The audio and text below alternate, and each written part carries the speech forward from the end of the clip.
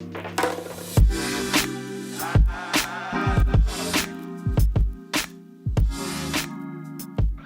right, folks, we want to welcome you back to another episode of On the Road to Greatness. I'm your host, Elton, and I'm with my right-hand man, Chris Cook.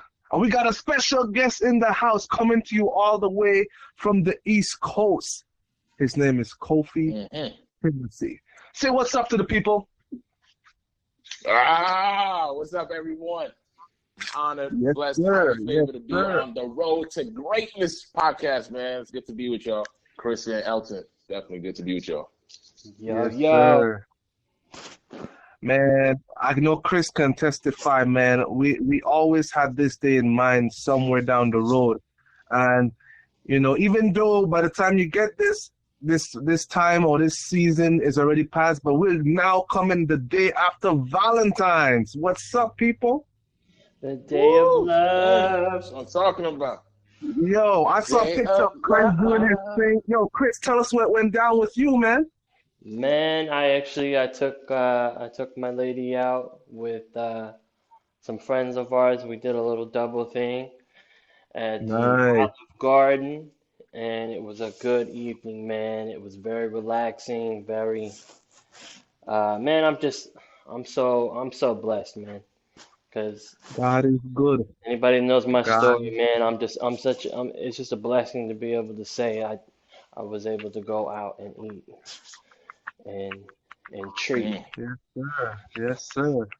Man, I must give God thanks too, man. I mean, yesterday was just a good day. Even things didn't go as planned, I was still able to, say what's up to, a special young lady who will remain nameless for now. All right. But tell us, man. Tell us. How are you gonna say a special young lady and then not even be like informed? Like you just don't want anybody to know. You don't want anybody to know. At the end of the day, yo, it's all good. It's all good. It's all good. So special. It's you all gotta good. be hidden under a rock. That's how special. At the end of the day, it's the end of the day, man. Yo, it's all good. All is well that ends well, man. But all I can say, it was really good. I can't complain. And, now we're about to do something that is legendary because we have three. I mean, man, we got the man, the myth, the legend, Kofi, man, who's about to. We got a great topic. Chris, why don't you tell us more about what we have in store, man? Well, what we're going to be really talking about, man, is a life, like living a life of purpose, and how that's really going to determine, success. As our listeners know, we've been talking about starting this theme this season. We're talking about just starting something. We've talked about self-doubt. We've talked about how that can prevent you, about the type of people that you're with. We've talked about dreams, visions, and goals. So now we're going to really get into about what's your why, what's your purpose, what drives you, because as we know, at least I can attest, that money is not always going to be what drives you. And if it does, you may not get the results that you're wanting to get. That's right. So, we're really going to delve into that. And I thought, who better to get onto the show? I'm going to be honest with you. How this worked out is I knew I wanted to talk about that. And then I thought, we should get Kofi on the show, not really knowing exactly what he was doing or how he was doing it. And until when we approached you, we basically started getting some more information out. And I started realizing, wow, what a great fit. So I think, man, I think that, it was great how that worked out. I won't say it was coincidental, but I think it was definitely God made it happen, man. Definitely spirit led. That's right. So that's what we're going to be talking about, and we're going to get into it. So with that said, well, hey, before we get into that, let's hear a little bit about Kofi and who he is. That's where the people could get to know him. I know you're in law school right now. Tell us a little bit about that. Hey, man. That's right, man. Road to greatness. Oh man, And you are exactly on it, man. That's right. You on the road right now. Wow. Boy, ain't no traffic on this road, huh? Ain't no traffic. That's what's up, man. But definitely, a couple of things about myself. Well, first and foremost, to everyone out there, I definitely want to thank you all for tuning in. I come all the way from Barron Springs, Michigan. That's where I was actually born, but I was never raised there, so I don't claim it. I was actually raised in Queens, New York City, to be specific, Far Rockaway. Oh, man. Yeah, man. You know, that's funny you say that, because when I first met this guy at the lunch table, I swear the guy was from Ghana, Africa. No lie. Because you claim that too. No, same thing. I thought the same thing, and then I said, hey, what's going on? I was like, yo, what's up? Yo, I'm from Queens. I'm from New York. I'm from New York.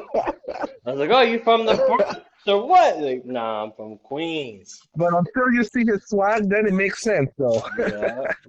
Yeah, man. The swag said New York, but the look said Africa. No lie. But, at the end of the day, he's an African-American, and that's what matters, man.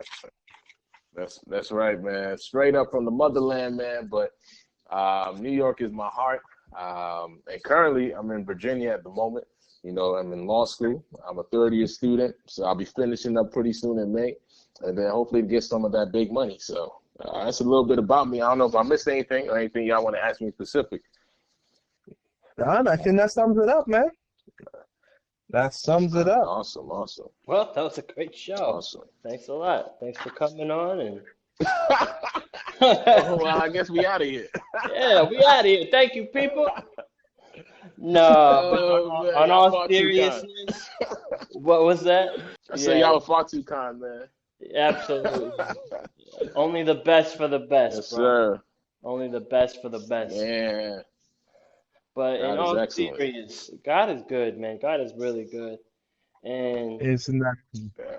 And there's a lot of things that I think God is doing in your life, Kofi. We know that you're trying to be a lawyer. We know that you're also doing mission-driven purpose. And right.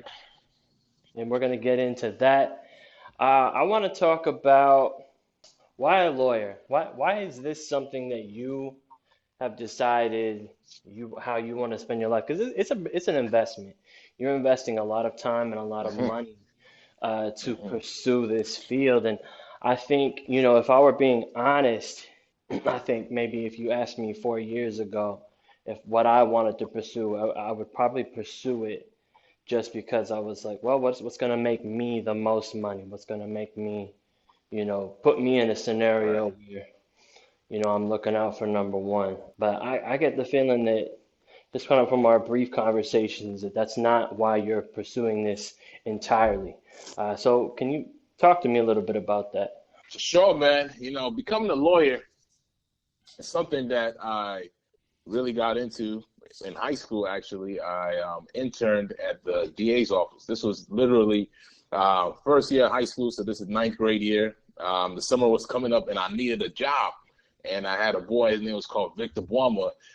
He literally told me that, look, if you're looking for an opportunity, there's this place, it's the DA's office. Let's get on your resume, especially if you ever want to go into the legal field. And I never really made that conscious decision of going to the legal field. But, I was young. I was trying to explore different career opportunities and wanted to see what was out there. So he told me about this program that's about 6-7 weeks, I believe, and I was going to be paid $175 a week. And I was like, man, you can't get that anywhere. I was going to 10th grade, $175, and it's all cash. Like, there's no taxes or nothing like that. Praise the Lord. Hallelujah. And can I get a witness, boy? So I was like, this is going to be an opportunity. Man, give it to me. So what happened was I prayed about it. God was so good. I got the job, and I told the Lord, if I get this job, my first paycheck is going to the church because he's the one who's going to make it happen. So my first paycheck went to the church, and I got this job, man. I was working in the library of the district attorney office in Queens. It was a great experience. I got to meet other people, other like-minded individuals, but I had never really said I wanted to become a lawyer. I actually wanted to do engineering. So lo and behold, after I was done with high school, I came out to Walla Walla University, the great WWU. That's where I met my brothers who are hosting, this podcast right now. And when I came out there, engineering was initially the goal, but I had this urge and this burning desire to actually go into the legal field. And, a couple of things that really stood out to me as I wanted to go into the legal field was when I was at Walla Walla University, I was part of what we call the Black Student Christian Forum. BSCF? Yeah. BSCF. His eye. Oh, man. Good times. You don't have to be black to be in the club. That's what I'm saying, man. You don't have to be black to be in the club. And for real. I think myself and Chris was actually an officer. I think Chris, he was our public relations person. I was like that. Terrible officer. I was terrible at my job, but yes, I wasn't. Yep. Oh man, I think he was even leaving around that time, man, because that's when we used to kick it a lot back then. Yeah, man, my head wasn't on right at all, but I definitely had good intentions. Right. And we even shot like a promo video. We did. We really wanted to make BSC up a thing. I remember we sat down, we had this video. I think that video's still on YouTube somewhere. But we was like, we're going to make this epic. We're going to make it a year. Yeah. I'll never forget it, man, because I remember Pedrito went in at the end of it, man. Pedrito, I love you. Yeah. But I really need to cut that down. Oh, man. My editing skills are so bad. For those who don't know Pedrito, he's a professor at Walla Walla University of Religion. So there's a little context there. That's right, man. And that's literally my godfather, mentor, man, my everything right there. Yes, sir. So I got part of this club. Yeah. Energy Button. And if you see that video that Chris and I worked on, man, you see all the energy he had in that and more. So literally I was part of that club. And as I was in it, I really got involved with, obviously, organizing events on campus. And through all of the civic engagement I was kind of doing with the club, it really kind of fueled my passion and my burning desire to go into law. That was one of the reasons. Just being involved with the people, civic engagement, community development, and uplifting people. So one of the areas as to why I wanted to come into law was social advocacy. And I'll never forget Walla Walla University. I wasn't really a dark time. And Elton, you might remember this. I'll never forget where there was like a racist article that was in the Walla Walla University, the Collegian. Yes, the Collegian. And I remember, man, a whole bunch of the black students got into an uproar about it. And I was the president of the club at this time, and it was like I had a duty to go and speak to the people and try to get the situation, all together. So I was like, okay, how am I going to do this? How are we going to make this work? How can we bend and mend the relationships better on campus? So I'll never forget, I went in there, talked to them, and God was so good. We actually came out with a newspaper article. Myself and a couple others, it was a diverse group of people. We were on the front page of the article and making a statement of diversity and coming together. And all these things I'm saying because these are my early beginnings of why I wanted to go into law school. Because number one, social advocacy. I felt like I was so passionate about doing this because when this incident happened on campus, I didn't need to go and speak up and talk to these people and figure out how we can have better relations with one another. But it was almost that natural feel that, look, I love social advocacy. This is what I need to do. And from then on, man, that was one of my burning desires to actually go into the legal field. So I ended up switching my degree as I was in this club. And another reason why I also wanted to really become a lawyer was voice for the voiceless. And I say this in the best way possible. As a person who's Seventh-day Adventist, I thought that one of the best ways for me to be a minister unto other people and to evangelize is becoming a lawyer. Because a lot of people in this world who are probably not into religion, who are not into Christianity, or who don't believe in God necessarily, when they have situations that they cannot fix, we in our Adventist world, we can go and talk to our pastor. As the Bible says, talk to a friend. If a friend can't get it together, then you go and get a third party. All these different things before you actually possibly go into the legal system. But a lot of people in the world that we live in today, they are in positions where they don't have a God, they don't have a church man that they can talk to. And for them to resolve issues is going through the legal system. And I felt That's that right. for me, if I want to be a voice for these voiceless individuals, if I want to minister to these people, being in the legal field allows me to do that. I can combine my Adventist background and my legal background, and I can effectuate change. And then another reason why I also love the law as well is oral advocacy.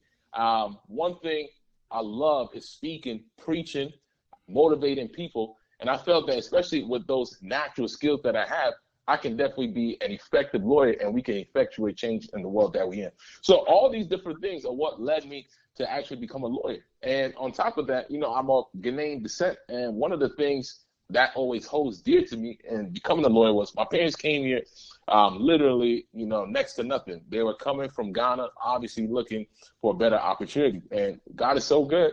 I was obviously born here because of their dedication, their hard work for a better living. And as you know, immigrants in this country go through a lot of different things. Some of them, are here illegally, but they're here because obviously they want better situations. And especially me of a Ghanaian background, Ghanaian heritage, I can help these people who are facing immigrational issues and who want to assimilate into this culture. So that was another reason I want to become a lawyer. And then I know I'm saying a lot of things, but just one more that I'll give you all as to my passion in becoming a lawyer was especially with the injustice around us. I kind of talked about social advocacy, but the injustice. A lot of people who are my color, African Americans, are at the injustice of our social justice system. And the whole thing is that, especially with today's era, we've seen it, cops beating on African Americans falsely accused for crimes. I felt that me coming from Far Rockaway, New York, where I've seen these things firsthand, where I've seen several people being busted by the police for no reason, without a warrant, all these different things, I thought that I could be in the position as a lawyer to effectuate and be a champion for African Americans and people of black skin color that have been disprivileged. So yeah, that's why I wanted to become a lawyer. Wow. Absolutely. That was a handful, but man, let me think on that. Chris, you take it away, man. Woo. I mean, well, we talk about a life with purpose, and I mean, he definitely has his purpose figured out. You've got your purpose figured out. Yeah, I don't know about you. Oh, go ahead. No, go ahead. Yeah, let me add the purpose real quick. Let me add the purpose real quick, man. And this is something that really defined my purpose as becoming a lawyer. The one thing in life you have to realize, people have passion and people have purpose. And sometimes you have to understand your passion may not always be your purpose. And that's something that, I had to really dig down and bottle down. Like, okay, I have a passion, but is this really what God wants to do for me? And I felt that God spoke to me like, Kofi, you with your passion and with what you want to do to advocate change, combine those two things together. God bless that talent, that gift, and that's why I wanted to become a lawyer. So one of the biggest things is passion and purpose, man. Your passion may not always be your purpose, but if you find God is calling you with your passion, you definitely find a purpose in your passion. So something I wanted to add. So at what point then did you realize that? At what point did God tell you, like, at what point did you feel like God was telling you this? Yeah, it happened in college, and I always say this in college, and I always give credit to Walla Walla University. Walla Walla University exposed me and helped me define some skills that I didn't know I had. Naturally, I didn't like speaking like that. I never thought today. I'm preaching in different places. I sometimes speak at schools, retreats. Walla Walla University kind of prepared me for that. Walla Walla University also prepared me for civic engagement. So when I got to school, I wanted to do engineering, but it was kind of like, it was the fashion or the trend almost in a way. Because when you go to Walla Walla University, the trend is, to do engineering, especially when you're African American. Because who would come all the way from the East Coast, all the way to Walla Walla University? Typically, someone of my skin color will go to WAU, Washington Advanced University, or Oakwood. But, when I got there and I started seeing how my gifts were coming into fruition, it sparked that resonance or that change in me that the law is where I need to go. So it really is at Walla Walla University through my time in BSCF, Berean, and the different committees I was a part of that spoke to me that I needed to become a lawyer. So it actually really happened in Walla Walla, because high school, those gifts weren't really there. I mean, absolutely. I could do it at church, but it was not something that I could do it outside of that. But while University exposed me to leadership, exposed me to networking, exposed me to being a voice for the students, all those different things is what lawyers do, and that's where Walla Walla University prepared me for that. And because of that, especially in my legal journey, it's been such a smooth ride. I didn't come in here questioning my call. Absolutely. Right. And I really want to drop that home because, like, there's a lot, as you know, the average college student that comes out of college, the likelihood of them getting a job in their career field is tough. There's a lot of students out there Oh that yeah. are going through it. And so the question goes around as to why go to college if you're just going to come out and you're not going to be able to do what you wanted to do. But I really want to drive home that there's a lot of things happening in the college realm that you're building on than just a job. And it's like, so and I really want to drive that home in terms of, your purpose for a job and then you figuring out what your purpose is for something bigger. You see what I'm saying? Like, so even though you're still trying Right. to, you get to the point to where you're going to start being a lawyer. Elton and I, we graduated Walla Walla University as well.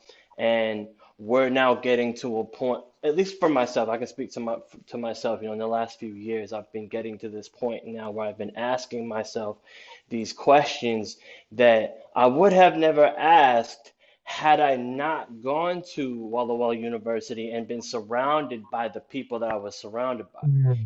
I wouldn't have asked myself those Right. questions. That would have never happened. Right. I think I would have gone down a different road and maybe one where I wouldn't For be here sure. today on this podcast. So I really want to drive that home because that's so important. Because there's a lot of debates as to why go to school, why do that. And I think I want to drive that home because you just told us why. You got to figure out what your purpose is. You got to get a closer relationship with networking and people and with God. I really want to drive that home. Oh yeah. Oh You yeah. know, Go ahead. Sorry. Go I ahead. was going to say, just to add to what the both of you guys said, college, I remember sitting down in 12th grade back home in the U.S. Virgin Islands, and I remember this guy said, listen, even if you don't know what you want to be or to study, still go to college because the people who you're going to meet, that is the value in its own, that's just a value in its own self.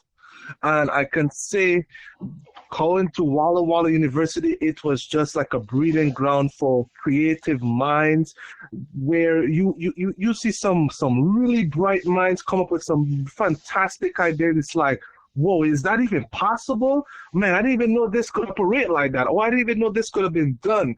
All in Walla Walla, man. I know Kofi had a way of just finding, some great talented, like the next rapper who could rap 35 words in a minute or something. You know what I'm talking about. We're talking about our boy Kevin. Yeah, man. You Yeah, know what man. I mean? Kevin. Big up Kevin. Yo, this guy was really Yes, good, sir. man. Yes, sir. And Yes, sir. me myself, I found some great musical genius. Right now I'm talking about Zach, the saxophonist. Guy, he can play the alto, the soprano, the tenor, you name it, man. The Right. guy is just Yeah, I remember him. a whiz. And you find all these talents, but not to say you can't find them in the world, but you find so many diverse talents all under one roof, and it's just harnessed so well. And you grow in so many ways. I mean, I learned a lot about leadership through Berean, even from my Kofi. He literally like took me on the wings and said, "Listen, let me show you how it's done stateside." Because I was just an island boy coming with my own ideas, and it's like, man, I don't know what these people are doing up here, But you learn so much, and especially in how how to create a platform to build not only a reputation but also your legacy, and it all leads to finding your purpose. Absolutely, Right. absolutely. And I told Elton this. We were talking the other day, and I said, to be honest, I remember Kofi, you and I, we would talk, and you would say, "Oh, I'm going to be speaking at this event, or I'm trying to be president here," or you had big goals. You had really big Right, goals, right. and I remember I used to look at that. I never told you, but I'm going to tell you now. I used to think, "Wow, okay, this guy really wants to put himself up there. Like, is he conceited or something like that? Like, he really just wants to make himself known." You know what I mean? I swear to you, I used to think that. But I would still kick it. I was like, I'll still kick it with him. But man, he's just ultra conceited. But that's the thing where I think I missed out because I was only thinking about me. Like I think that I think that our thoughts on people kind of represent a little bit on how we think. I do believe that Hmm. sometimes. Right. And so I think that maybe Right. Right. if I were to do what you were doing, then maybe that was my motivation. But that was at that time. That was my mindset. But what's nice to hear And you is, know what, Chris? uh-huh. I interject into your story real quick, and I never forget this, Asha, and I want to share this. I don't know, you probably don't remember this, but I know, a lot of times. I think you had this red car, man. You remember? Was it like a mini Yeah, SUV or something? the red Chevy Blazer. Yep. Yeah, yeah, yeah. So I know we used to kick it a lot in that car, man. We would put Yeah. on some Mac Miller, rest in peace to his soul, man. Yeah, And yeah. sometimes we'll go out to eat, but you know, and you're talking about all these things I used to tell you, all these big things, and the reason I would say one of those was, man, you were a listener, and that's one of the things I love, man, because sometimes it's like, you want someone to listen to your ideas so you can feel good and this guy's really with me. If he understands my vision, I'm pretty sure other people will understand my vision, man. So, just something to address what you were talking about, man. I think a lot of times, especially in the journey, especially in school, you have people who are also willing to listen to you. So, yeah, you may come up as conceited or things of that nature, but sometimes, man, the people who listen to you, sometimes that even gives you the encouragement to keep on doing what you need to do. And I'll never forget, I think one time we went to get Taco Bell. I can't remember this night, man, but it was one of those situations, man. This man would just listen to me, man. I'm like, man, someone sees my vision. So, yeah, just wanted to interject Absolutely. into what you're talking about. So go ahead, man.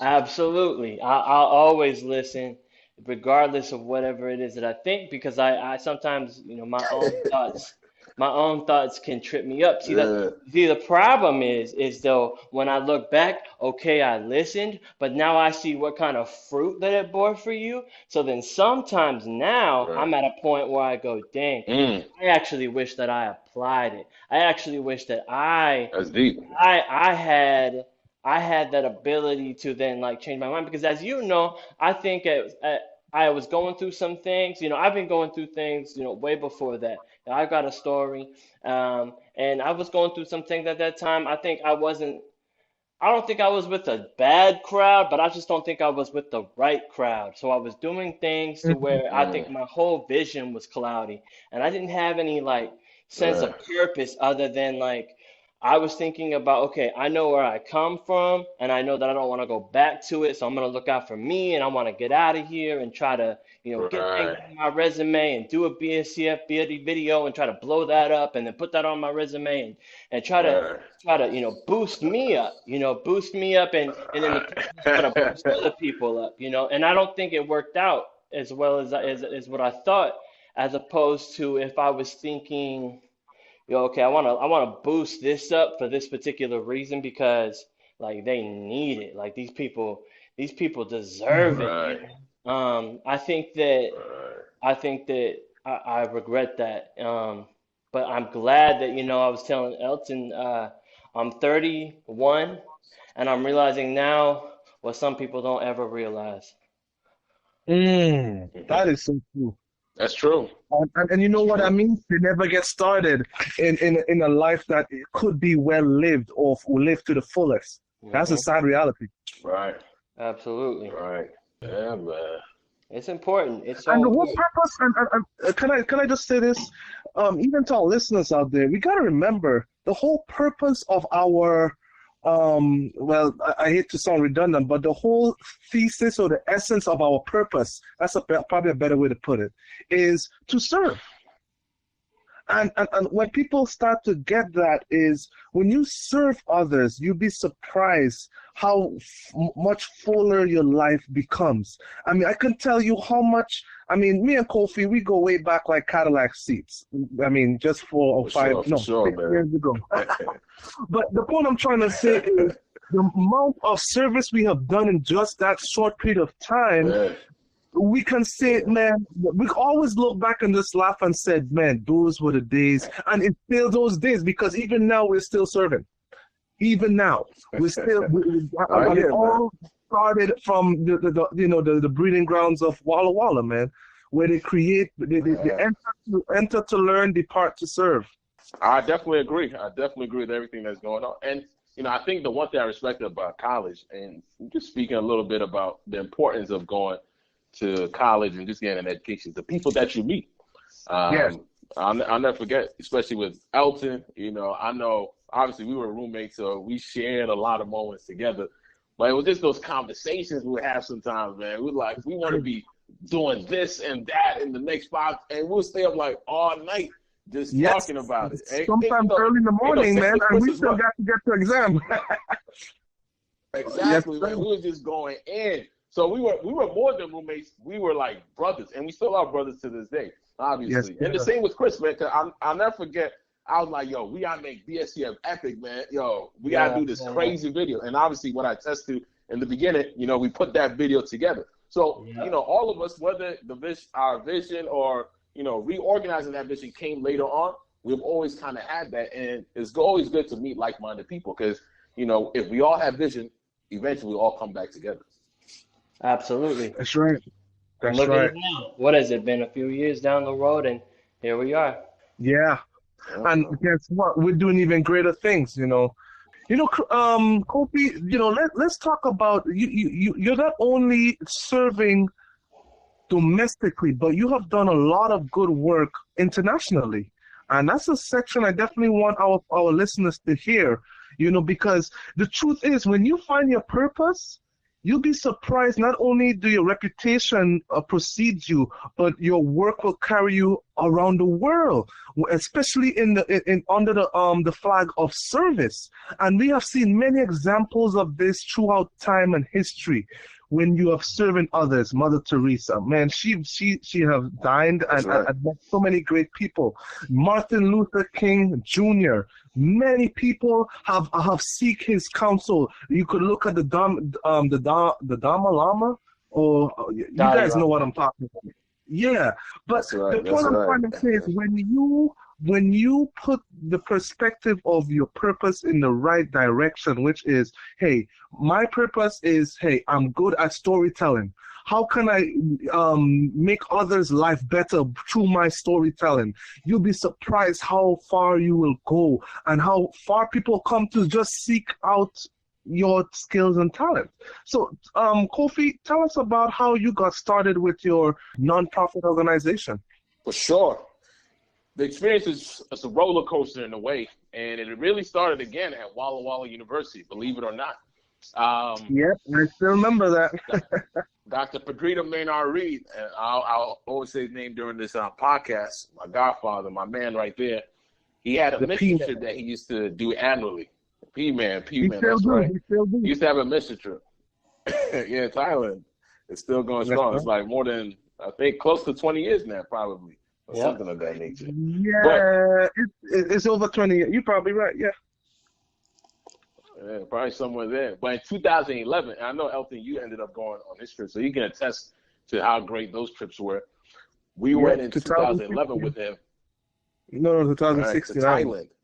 Yep. Oh, you went in 2016. Okay, after I left Walla Walla. Right. So mine was after my first year.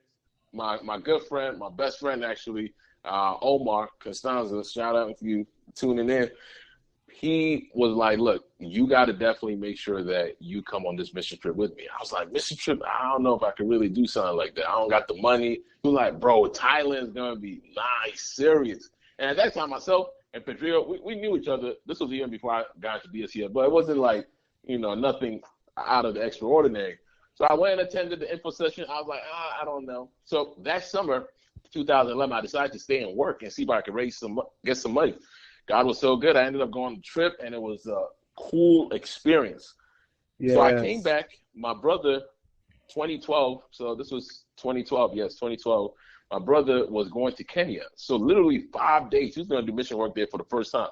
Because my brother originally wanted to take a year off, and my parents would not let. And just to let the listeners know, my brother's a pastor, an associate pastor in Cincinnati. His name is Kofi Twumasi. So it's recently too, right? He wanted to take a year off. That position. Very, very recent. Yeah. Actually, this month, early this month, he got that position now. So he's in Cincinnati pastor. But he wanted he went to Oakwood, and he wanted to take a year off. And my father was like, you can't take a year off. You know, over there in Oakwood, they had something called NAPS where you could do that. And my father was like, no, I don't want you to take a year off. So you know what, instead, I'm going to send you on a short-term mission. So he got the opportunity. My father was going to send him to Kenya. But literally coming back to this 5 days before the trip, he called me wow.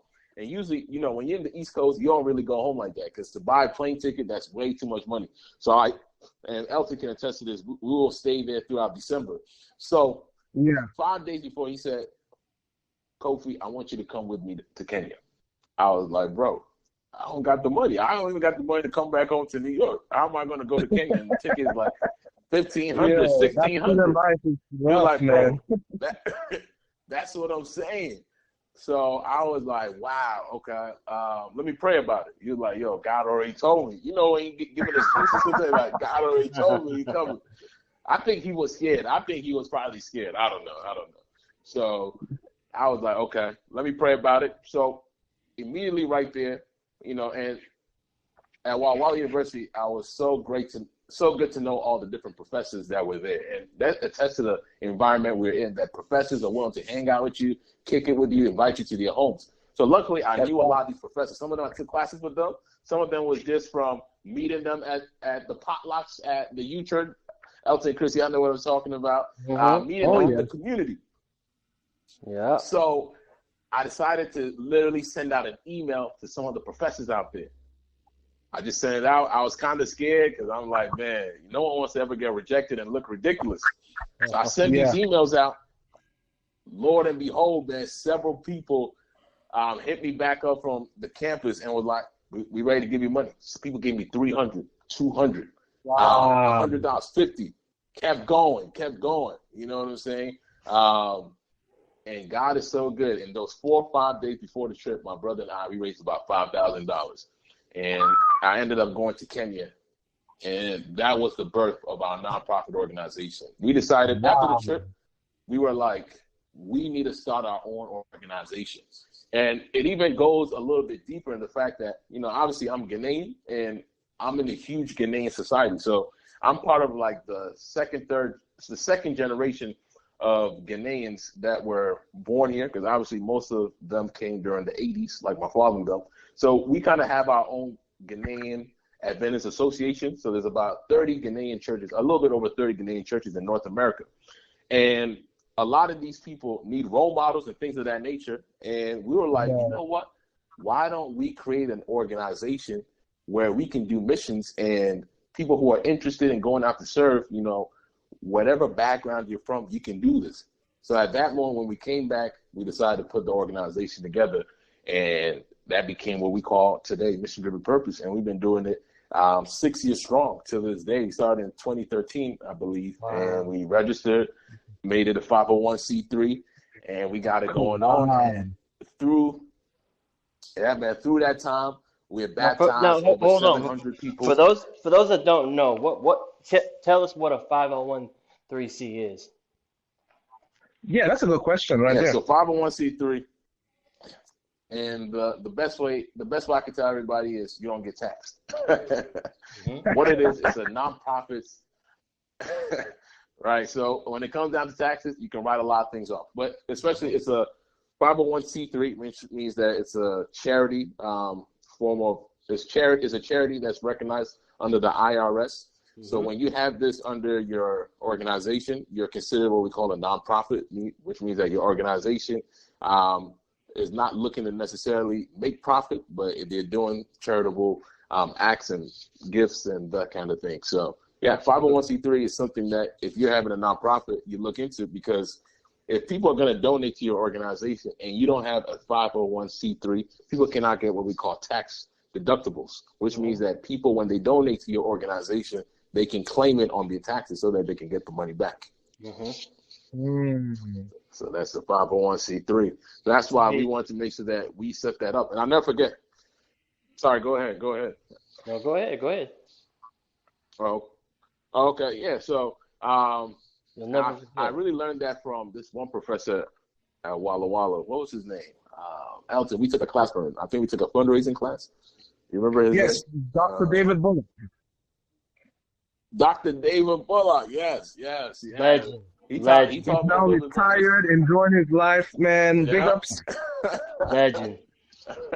Yeah, I actually didn't know him my whole time there, but I really got to know him towards the end of Walla Walla. And this whole conversation really comes back to what Walla Walla established for me. So he really helped me, understand what a 501c3, how you need a board of directors, and you know all these different kind of things to fundraise money. So that's how we set it up. We set up the 501c3, and that's how we're able to get donations. We're able to get funds. So every year we raise about over $10,000 for the organization. And just some quick highlights, and then I'll allow you all to ask me questions about it, some detailed questions. Literally every single year, we always try to do a project when we go out there. So usually we go to Ghana. This past year we were in Kenya. So on the big projects we have done a partial construction of a church building. We have also constructed 2 water wells. Every place that we go and evangelize, we set up a church. So most of the churches are named after the themes of our evangelistic campaign, which is living with hope. So if you go out to Ghana, just ask for Living with Hope SDA Church. We will be the ones that establish that as well. We've also become bigger as well in the fact that we have a sister branch in Ghana. So we have a Ghana mission-driven purpose team. So that's pretty cool. We also sponsor some of our leaders down there to take care of the churches. Another thing that we've also done, we've also opened up a profit aspect of our organization as well, where we are doing this to empower people. So we recently had a couple of conferences that we organized, and all of these things are just to empower people, educate them, and as a way of us is, young people out there just trying to give back to the community. Because I think Martin Luther King once said it in this best way possible, and this is that I live by. Life's most persistent question is, what are you going to do for others? And that's why we set this up. Wow. Isn't that the truth? Beautiful. I love it. It's amazing how all of that started with the want to take off a year from school. Isn't that amazing? That's crazy. Yeah.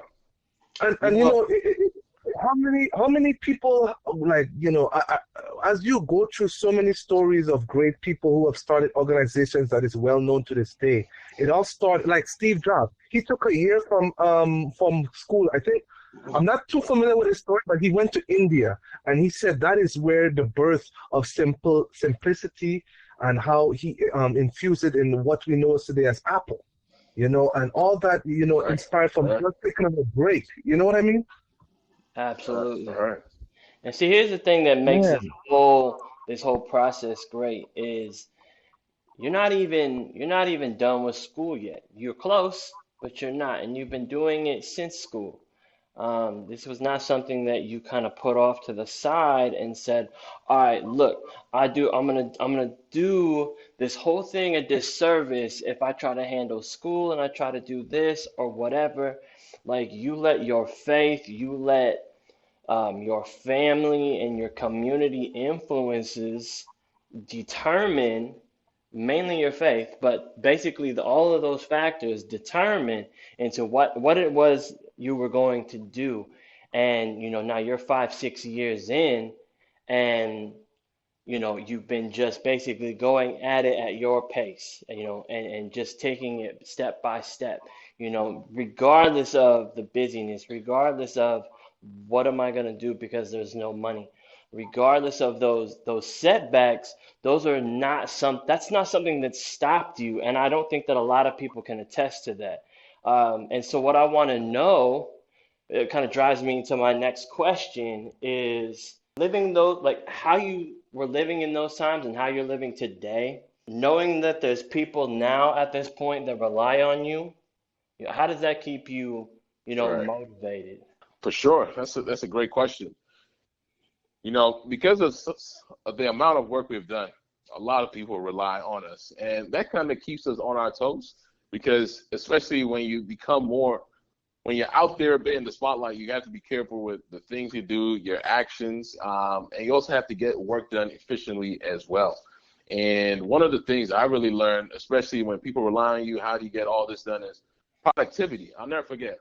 And, everything comes back to our University. Elton, you might probably remember this. I'll never forget. They had a speaker. They used to do something on Tuesdays. What was that called on Tuesdays? It was called It was Community. Chapel. Community. Right. AKA That was been Chapel for 4 years. Started off as chapel, and it's they changed. Yeah, they changed it to community. Yeah, for it's kind of the same thing, but yeah, it's basically when the Yeah. whole school gather in the in the auditorium or the church, and they just listen to a guest speaker from the community or local wherever. But yeah, go ahead, man. Right. So I'll never forget. So for community, they had this speaker. I think Emily was in charge at that time. That was my final year. I was getting out of there. She brought a guy who came and talked in productivity. And, Oh, I remember this that. person really talked about, you remember that, right?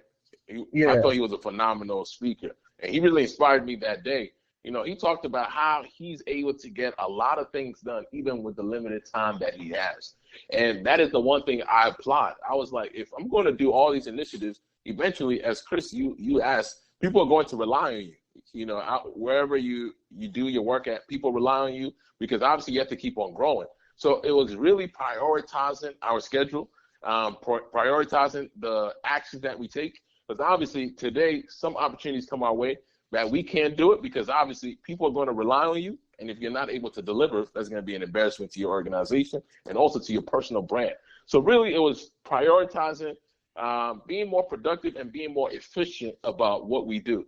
And it's just fueled by the dream. We just had this dream. When we started our organization, we had no money, no resources, no building, but we had this dream. We lived the dream. We breathed the dream. We refreshed the dream. We ate the dream. We slept the dream. And boom, God was so good. This dream came about. And sure. we always have to understand that with this dream, people are going to rely on us. So we just need to work better and work more efficiently. And that's key. You And know, I kind of want to it's cut in oh, go right ahead. there. That's key. And I know Elton, you had something, but this is a perfect No. chance Go ahead. for Go me to ahead. It's all right. ask. But yeah, you had this dream. And what I want to know is how. All right. So to achieve this dream, did you decide Right. that you were going to work on it bit by bit, little small victories here and there, or were you focused on, you know what, let's get everything in line, let's get everything together, we want this good to be perfect, and then we'll execute. Like, how did you approach that? Yeah, we went in victory by victory. We started really small. And I'll say this, back then, 18, 19, you're really so ambitious, and that's something I still am to today. And it can be a complex, meaning that sometimes it can be good for you and it can hurt you. Hmm. Because some people have some great stuff, but they want to wait until they have everything together before they fully launch it. And that's good, but sometimes that will take people 20, 30 years before they feel like they're in that comfortable space. But one thing I'm always reminded about in life is that the greater the risk, the greater the reward. So that's something that I kind of applaud, and we just took victory by victory. So I remember when we first started out, we didn't even have like a business plan. We were like, we just want to do missions. But we did it. Okay. We went on the field and realized, okay, in order to we got a victory of doing the trip, but in order to do much more, this is what we need to do. So Right. for us, it was a learning experience. I didn't know nothing about running a nonprofit. We just wanted to do missions. As soon as we did the missions, we saw the victories there, but we saw some L's that we also took. We came back around and we were like, we're going to change this up. So for us, it was the small things because we understood that if we don't start from somewhere, we're never ever going to get to our destination. That's how we saw it. And also, one thing was just being really persistent about your dream. A lot of people have dreams, but they're just afraid to launch out into the deep waters because, people Yeah. might not believe in them. And this comes back to, I remember Chris and I, and even with Elton, but a specific moment with Chris I'll talk about. I remember for BSCF, man, I had this huge dream. I'm like, oh, we're going to do this. And God is so good. A lot of stuff we did accomplish it. But it was really, you had people that, even if they didn't believe you, but at least they told you in your face they believed you. That was all I needed. So for us, it was just the small little victories. Because I think it's Miles Monroe, who once said, the graveyard is the richest place on this earth because it's there where you find all the hopes and the dreams that were never fulfilled. People have these dreams, but they never fulfilled those dreams. Why? Because they were too afraid to live it. And guess what? All these dreams went with them into the grave, right? All the books that were never read, all the songs that were never sung, all the inventions that were never shared, all the cures that were never discovered, all because someone was afraid to take the first step. And for us, we're going to take baby steps, and gain the victories. Woo. Woo. And, and Man, I probably play devil's advocate a little bit because I can attest to it in terms of just some insecurities. I don't come from a community where I think that if I make a big decision, because one thing that you had said, right? If you don't make basically how you said it, if you don't make a big choices equal big rewards, right? But it's potential. And also big choices could equal big losses. That's a potential. And I think that there are definitely two types of people. Either you're focused on the reward or you're going to focus on the losses. And if you're somebody that focuses on the losses, it takes about one loss to be out of the game. Like, oop, I'm done. I remember I was, really basic scenario, but I don't like losing money. I was given $5. I just showed up to a casino. They gave me $5. I lost 13. I said, oh, I'm out. Right. Now, I could have kept going. The odds of me winning anything, I probably would have gone bankrupt, and I would have took a big L. And I got nobody. Yeah. I don't have anybody who's gonna be like, yeah, let me just return your savings, no problem. We're gonna make sure that that's all right back where you started, and thanks for playing. No, that's not gonna happen. So, I really want to kind of delve into that a little bit. Like, what do you think really determines, in terms of where your mindset, your head is at, when you saw that, do you naturally jump to, I don't have the money, this can't be done, and you're automatically discouraged, or, if do you understand? I guess I don't really know how I'm trying to ask the question, but do you understand what I'm trying? Yeah, I think I got it. Yeah. Yeah, I think I got it. How do you still get it done? How do you still get it? Yeah. How do you still get it with all the junk that's going on in your head? Right. Or maybe you don't. Maybe you're the type of person that doesn't. Maybe you're not wired that way. For me, For me, I'm not kind of wired that way, but luckily I'm on a team where you have people with different personalities, and sometimes they can also check you a bit. You know what I'm saying? And the same thing with your friendship network. I know myself and Elton, man, we would stay up all night. Sometimes he would check me on my dream, like, yo, maybe take this angle first. You know what I'm saying? And vice versa, I also do the same to him. So it was really, for me, surrounded with like-minded individuals. People like I said, Elton's my brother. So it's like, man, we've been through the trenches, we've been through war and everything, and it was just great having that kind of support system where you have people who are like-minded. And this speaks to a lot of people who want to go out there and venture to the deep waters. When you're around people who are like-minded like you, it really helps you get your dream out there. So for me, the risks are definitely always going to be high. But, it's one life to live. For me, if I fail, I fail. But I'm going to pick myself up and do it again. I think it's Abraham Lincoln, who ran for president so many times, but he never gave up. And today he's considered one of the greatest presidents in our history, all because he never gave up. And even today, right? Colin Kaepernick. I love that Nike commercial that he put out there. With controversy. He said, what do you say, Elton? If people say your dreams are crazy, if they laugh at what they think you could do, stay that way. Because what non-believers fail to understand, that calling a dream crazy is not an insult, it's a compliment. And that's how I look at it. So all the things that surrounded in my head, because a lot of people get bogged down by analysis, by paralysis, right? They analyze the situation so much that they become paralyzed by it, and they're not able to live out their dream. And for me, isn't that the truth? Go out there, get it going. And I remember. Oh, go ahead. Yeah. I was giving credit to you all. Oh, yeah, yeah, yeah.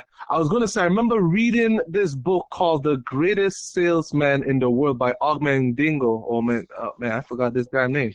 But he did make a statement. He said, failure is your comrade. And many people probably do not understand what that means. He said, when failure happens, many times people just throw in the towel. And it's the easiest thing to do. But what Right. failure really shows you is, okay, you tried it this way, but there's other options. And trust me, you can glean from those failure and show and use what did work and leave what didn't work and then apply it to the next try. You know, I mean, look at this. I mean, I bring this example up more than once, but it's so relevant to many, of these examples here. But if you look at Colonel Sanders, the guy who we know for KFC, this guy had so many failures lined up. It's like, how in the world he ever, and it took him all his life. And guess what? Today, his brand is known worldwide for one recipe that he worked so hard on. Even though Thomas Edison get, the credit, even though we all know, well, many of us don't know it was actually a black guy who he got that inspiration from, who actually did invent the light bulb. But anyway, we'll just, say for now it's Thomas Edison. But today, but we all know how many times he got it wrong. You see what I'm saying? He got before we know what today is the hydrogen light bulb, the guy, I mean, he used so many different, and he got it wrong. But he never gave up. And, hey, sometimes you got to break the rules too, because he stole from another guy. But anyway, hey, that's a story for another time. But what I love, I just want to touch Definitely, man.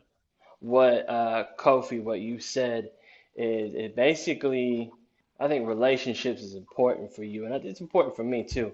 I've always stressed that the company you keep definitely determines your success, Yeah, and that's that's true. For sure, for sure. and I was actually just on the phone with my uncle. He runs a business out in Portland, Oregon, and I was talking. He Oh, was man. talking to me a little bit about just kind of things going on in his business, where he was feeling, a little bit stuck, like it can be tough. And we're kind of discussing different options of things he could branch into, and he was like, "Well, that'd be nice, but I would have to have a team, and oftentimes I'm the only one that's ready to front, whether it be money or whether it be action." And I think that that's a really tough thing to pull together. I think even Elton and I are trying to figure some of these things out. We do need a team, and we need a team of people, of like-minded people that believe in a cause. And I wonder if you have any thoughts on, how do you find that people? If you haven't, how do you inspire people around you to become those people? For sure. For me, that's a great question. And that's something that when I was trying to, and this comes back to Wawa again. I don't know how many times I'm going to reference it, but that shows how much of Wawa was good to me. I'll never forget when I wanted to become BSC president, I reached out. Yeah, I reached out to a bunch of people, and this one person I reached out to, he had a brand name called Von DeHart. I Oh, can't Roy, remember his name. I Roy can't Lynn, remember it right now. Yeah. Royland Roy Palmer. Lynn, right. Yeah, Royland Palmer, that's right. So yeah. I remember, I'll never forget, I had never met him before, but I heard people around on campus say, man, he was one of the best OPS president. And OPS, for those who are listening, that is Omicron P Sigma, something like that. I don't know. It's Omicron our Pop. fraternity. Those were the golden years. Yes, sir. Those were the golden years. So he was one of the best presidents to do it. And for me, one of my things is that I'm never afraid to reach out to people. If I don't know something, I'm going to reach out to you, how you did it, just like how y'all doing the podcast. I'm trying to do the same. So, I've been talking to Elton about how you all have gone about it. So I decided to reach out to him, and I was like, I want to put a team together, and how do I do that? And, this is what he told me. He told me that for his team for OPS, this is the fraternity on the Wawa University campus, he put a team of people that did not know each other. And he said that he put that kind of team together because people will be much more accountable. Now, obviously, that can go in two ways, but I thought it was a unique perspective, right? He put people together that did not know each other, but guess what? Because they don't know each other, they all have to put on their best A game to impress one another. And that's how he put his Wow. team together. And yeah, and I thought that was interesting. And I did take some of that advice and kind of try to incorporate people that I really didn't know, but obviously they can potentially produce. But what I want to do is that I want to make sure that I put a team together of like-minded individuals and also people who are also very different from you. That's the key thing.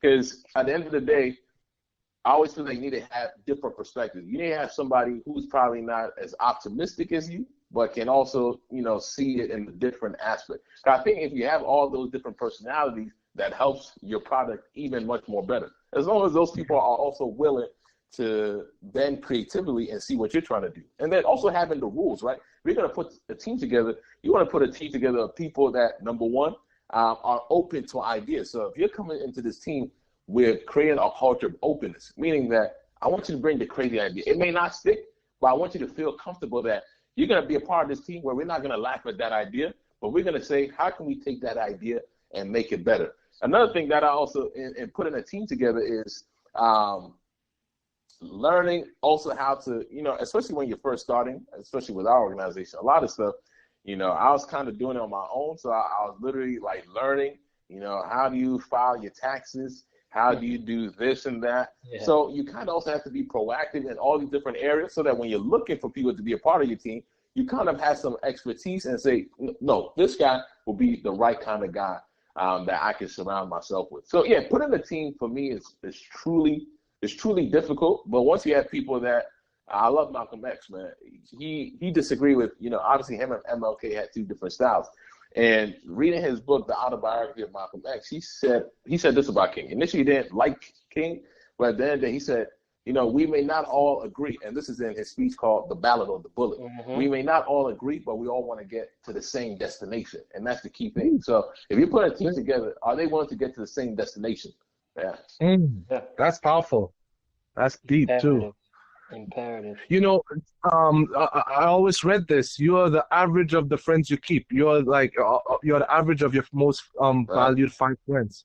So if you hang out with the people who are not thinking on progressing or thinking on getting to that next level, chances are you're not going to go there.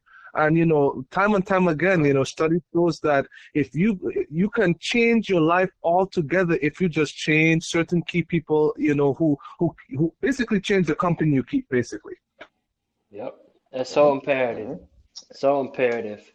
And I would stress on that just on a personal memoir, but because I think I was in a scenario where I've definitely surrounded myself. Okay, let me start over. Let me start from the top. I don't think I surrounded myself with a certain group of people. I think that's all that I knew, so I flocked to it. You know what I mean? So when I heard or when I saw anything, contrary to that or that maybe was better, I kind of was intimidated, I think, about it. I think I was a little intimidated, and to this day, sometimes I still am, but now, because of the people that I've kind of let go and the people I've kind of adopted into my circle, now I'm like fueled by it. Like it fuels me. It's like it's I wake up in the morning and I think, all right, how can I put my best self out there today for people? How can I be my best me within this 24 hours that I have? What can I do? And I've been working on trying to start that off with prayer, and I've been working on trying to really examine on the people that I hang out with, and the conversations that I have, and that in turn reflects the way that I think. And so now I'm like transforming into this new person. And I remember, I don't know if you remember this, Kofi, but we actually talked almost into the wee hours of the morning because I came to you from out of town and I said, hey, I want to link up with you. And I pretty much told you, my I remember story. Yeah, we stayed up a good while, and I kind of told you my story and how things were changing in my life, faith-wise and just relationship-wise, and how I was thinking, and that's been a journey from that point until now. That's been a never changing journey. Like my life has never been the same, just by the people now that I surround myself with, and how that reflects, who I am now as a person, and maybe who I always was, but just it never got drawn out. You know what I mean? And that's so I can important. say Right. I can testify to that personally. I mean, it's a privilege knowing Chris Cook, man, and Kofi Twumasi, man, because I personally have grown a whole lot as an individual, and there's a lot more I can learn from you guys too, because I mean, the amount of talks like about patience, about learning of like, man, the amount of things I've gleaned from Chris, man, I can tell you, it has made me a better person. I can only speak to myself. And Kof, this, time and time again, this guy will be like, bro, you gotta be smooth. Yo, be smooth, easy, easy. Because life sometimes just drive you up a wall where you just want to be like go on a rant and just. But then like the Bible says, you have to be what, smart as a serpent, but harmless like a dove, man. Sting like a bee and float like a butterfly. You gotta be what. Be smooth on the top, but rough like on under like a duck. Basically, the point I'm trying to say is you learn through the experience of others and through your own. But the best is when you have the perfect team around you, just wanting the best for you, rooting for your success, and that's how you make it or break it. And that's to me. And I always I've told this to Kofi and Chris many times. The secret to success is networking. The people who you meet, interact with on a day-to-day basis, because they control how you think. You think positively with positive, people. You're just gonna get there. And you'll be surprised because you may not know how to get there, but those folks who got there already rooting for you, they want you to get there. They're gonna help you get there. Mm-hmm. And the best part, how do you know you're in a good relationship, whether friendship or whatever it is? The Bible says, as iron sharpeneth iron, that's what a good friend does to one another. And I can say with myself, you guys have been some great iron men that beside me to definitely help keep me sharp. You know what I mean? And I can definitely vouch and say, hey, God is good, man, that you guys are in my life. Absolutely. Absolutely. Yep. I definitely feel the same. Something I was thinking about, Kofi and Elton. How do you think you can go about finding those people? So, what's a strategy? What are some things that, for those people that are listening, what are some things that they can do to try to find like-minded people? That's a good one. What? Look at their habits. Look at their habits. You But will how do you know know who, like, that what I mean because is, how do you know who to look at though? Like, because obviously we all know that if you come home from work, right, the only people you've exposed yourself are to people at work, right? And let's say maybe that's Right. not the community that you need around you. So what do you do to go find that community? Because it's going to take you to get off the couch. It's going to take you to get up and do it. What can you do? Mm. Well, this is what I can say, well, and okay, yeah, go someone ahead. else could jump Go in. ahead, Cole. No, go ahead, Cole. Oh, you on the floor already. You sure? Okay. Yeah, one of the ways I see it is, especially when you're in the workforce, things are a lot more different. Especially when you're in college, you spend a lot of time around different people. So you kind of get to know who they are, what they're about, the typical college drama and that kind of thing. But when you get out to the workforce, it's a lot different. And I Yes, can sir. attest to this because we're you two are both in the workforce, at least. I was in the workforce before I came into law school. I took a year off and I worked at Yelp. And my day was pretty much get up early in the morning, New York City. Everything's pretty far from you. You got to take the train. So I left like 5:30, got to work around 8, start at 8:30. I'm at work all day till 5:30. By the time I get back home, it's like 7, 8 o'clock. You're tired, you wiped out. Where can you find these like-minded people at? And for me, one of the places where you can find like-minded people is your church. I think those are some of the closest people to you that you can definitely have some same kind of worldviews that can shape, whatever vision you're trying to get into. So, and this is not just for the Adventist community. This is for any community that you're part of. Usually when you're around religious people at times, you have, because I always say religion, or no, not even, your supreme source of belief is something that's rooted in sometimes the many decisions that you make. So, going around these areas definitely helps. Aside from that, is also joining associations. especially when you're in the workforce and things of that nature, you have to be intentional about certain things. So you have to say, look, I need to join a society in my community where I can definitely meet like-minded individuals. So for us as lawyers, we have every state has its own bar association. That's where you can meet other lawyers, other first-year workers out there, people who are starting their own firms. You can go to these conferences and meet people. So in a way, you have to be intentional. Because when you get out there in the real world, it's a lot more different. You're not around your friends 24/7. So you have to be intentional. So join associations, that's number one. Be involved in your community, because a lot of people in your community have a lot of links and connects that they can get you to. And I've been a test of that. And join, I said church, community, and associations. Join those three. So whether you're a business major, there's a business society there, join that, and you can meet people. Yep. And also today, they're also very creative too. There's social media avenues where you can also meet like-minded people. Yeah. I also think, speaking of that, that's a business idea. That's something, if any of us want to explore that, we can explore how to meet like-minded individuals, so. Yeah, well, there's something kind of similar to it. I think it's called like meet.com. And so they have various categories of like activities that you can do, and then you can get a schedule of when these events are going to happen, and then you can show up. So it might be like, for those who are not Adventists, you might go to the bar or whatever.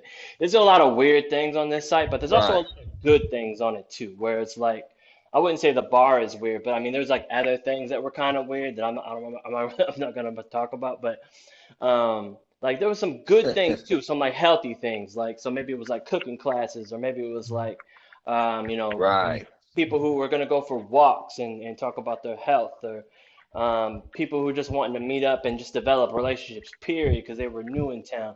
But I like that idea too. I like that idea in terms of developing, in terms of just like, okay, you want to build something, you want people to build it with, like, maybe it could be a site where it's like, okay, let's narrow it in a little bit instead of being so broad. So I think that's definitely a good idea. Can I add something?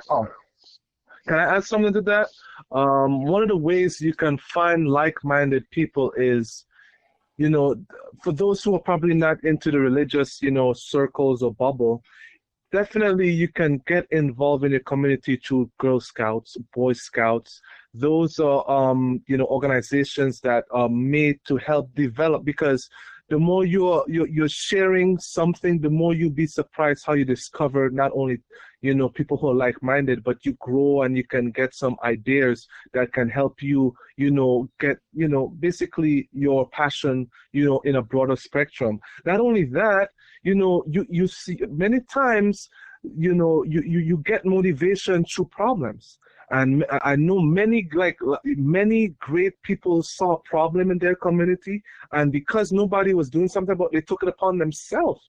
And you'll be surprised how they found like-minded people who just didn't know where to start. But as they took initiative, they end up, rallying under one cause. So sometimes it just takes a spark to get the fire going, and you can be that spark. And you may not know how, but you you see people are hungry. You have heard this story time and time again. I saw people hungry because I know what it's like to be hungry. So I just went out and cooked one pot of soup, and I just went out and feed. Next, people start giving, donating, and before you know it, it's a big organization. So, sometimes it just takes you. And can one individual change the world? Oh, yes, he or she can. And I honestly believe that. You don't have to wait on someone to do it. Sometimes it just takes you doing it. Just got to start. Like Kofi said, you got to be intentional, have a plan, and start doing some research in your local area. I mean, there's tons of things going on, around your community, tons of good things, that just, you don't know the type of people that you're going to meet. You don't know the type of opportunities that you're going to have, and what kind of life-changing experiences will happen for you if you just simply say, you know what, today I'm going to do something different. Today I'm going to be a part of this, and just try. You know what I mean? Knock it out one by one. Not everything is going to work. it's not going to work perfectly, or you may not, like certain things that you come across, but you got to try. And then, process of elimination, figure out what that is for you that, Hmm. you want to get started on. Yep. Sure. Yep. Well, you That's guys, good. it's about, we're about an hour and a half in, and I don't necessarily want to quit yet, but I think we should Oh, start coming to a nice point of transition. And I really just want to ask, Kofi, we've gotten to learn about, the ministry and a little bit about, what it took, to get that started. You've got yourself, you're working on getting yourself a team together, and you've been going at it 5, 6 years strong. And, really, your faith has been a big part in terms of what drives you in that. And the same thing, how you can also use your skills, your leadership skills, and then your skills as a lawyer to then benefit, mission-driven purpose. And what's next for you, man? sure.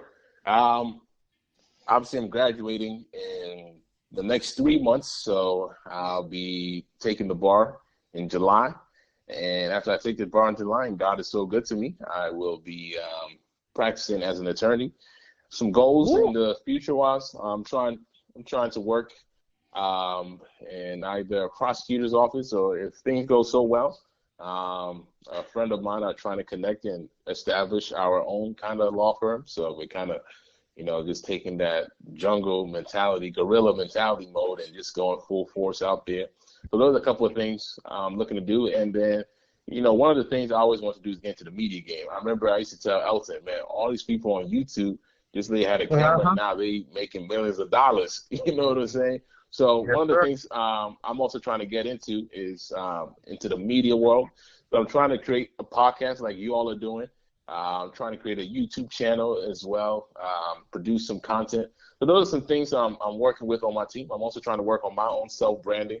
I do speaking gigs, so we kind of want to organize that a little bit better, have a site going out for me, have a coaching program that we're also doing. So with our organization, we put on a conference called Monetize Your Skills. And, I'll take this quick opportunity to talk about how one Yeah. can get access to it. We put together this program, which is geared towards how one can take an ordinary skill and monetize it. So whether you like to write, whether you like to YouTube, whether you like to blog, whatever skill that you have, we put this conference together with a person by the name Pastor R.L. Chance, and a CEO of his own company called Strategic Secrets, and he also wrote a book called Monetizing Skills.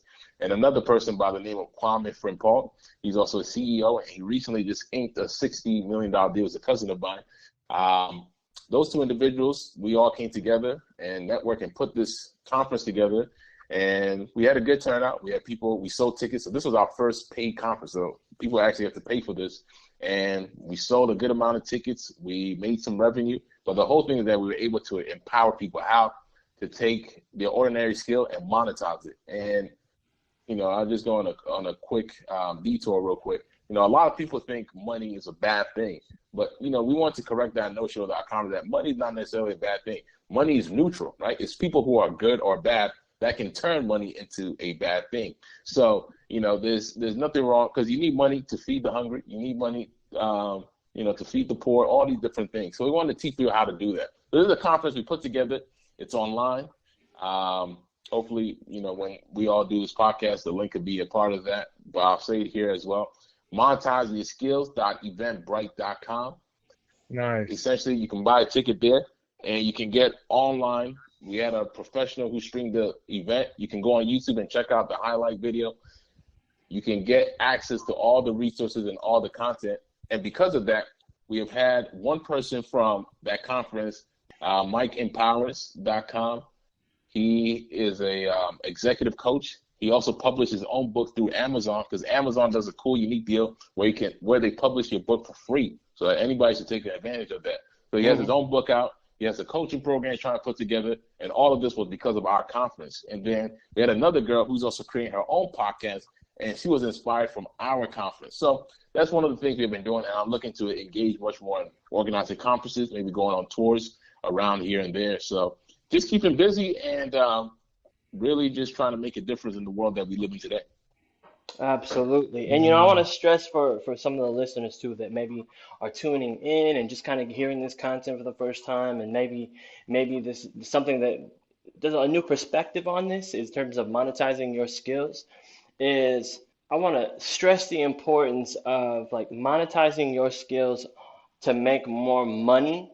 If that's the focus, that's your focus, there's nothing wrong with that. Like we said, money in itself is not inherently bad, but how we get to use money Right, in order to bless the people around right, us, that's huge. So I know for a right, fact that there are a right, lot of marriages, there are a lot of people out there who are slaves to their jobs, who are suffering because right. of that. Some people Preach, they preach. have skills who don't even know how to use those skills.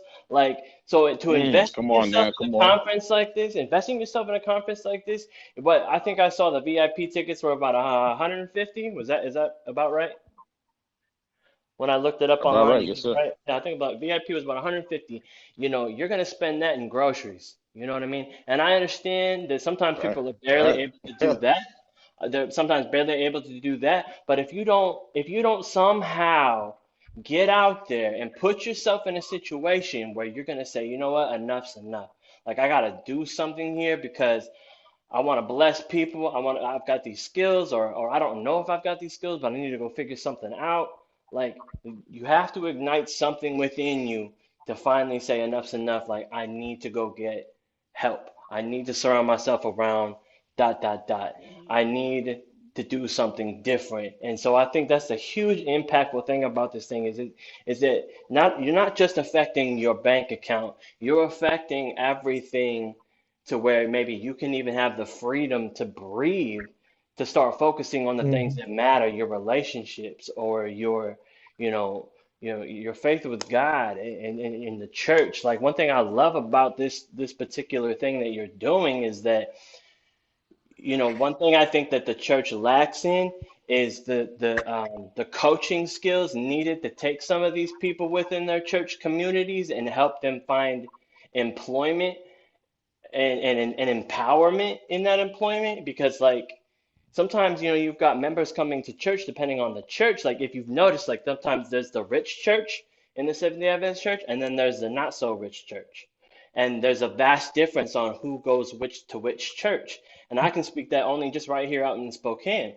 You know what I'm saying? And so there's not enough, I don't think there's enough emphasis on helping some people who maybe haven't gone to school, or maybe who don't have the right connections or don't have the right community or don't understand about monetizing their own skills or what it takes. Like it's so important. And so I really hope that I'm stressing that importance of what you're doing, Kofi. Yeah. So register for the conference. Everything that Chris mentioned, like I said, this is to really make sure that you can take those ordinary skills, monetize them, and use it to impact the world around us. So this is something that we Absolutely. invested our time and money towards it. And by God's grace, we have some great reviews, and we plan on doing about 2 to 3 of those this year. So, hopefully we can bring it to a city near you.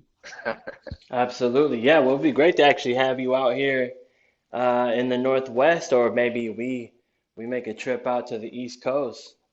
For I sure, think man, for sure. I think our It's visions been too long align. since I've been out to the West. West Coast is the best coast. Yep. Well, with that, man, we're definitely gonna need to get you back on the show, Kofi. I think this show was great. We need to get you back on the show. All right. Well, I got a couple of announcements. Guys, you're gonna want to stay tuned for the next episode. It's gonna be big. We're just getting better and better, guys. Each conversation, we want to hear from you. We want to know your story. We want to be able to answer any questions and direct you to, if you have even questions for Kofi, we'll be able to link you guys up together and get questions answered. Yeah, so we want to hear from you guys. Look us up on Facebook, Instagram, YouTube. We really want to get some followers, and if you're feeling inspired to do so, hit us back with feedback, things that you'd like to hear about. So with that, Kofi, why don't you give us a little quick thought on living a life with purpose, kind of, inspire the people, and we'll wrap up. No doubt. First and foremost, it was a pleasure hanging out with Elton Narciss and my man Chris. In the house. And it's a good reunion. We haven't chopped it up like this in a while, so I was glad that I was honored on this really special project that you all have embarked on, the road to greatness. I know a lot of people are going to be inspired to also take on the road to greatness. So I appreciate you brothers for doing this.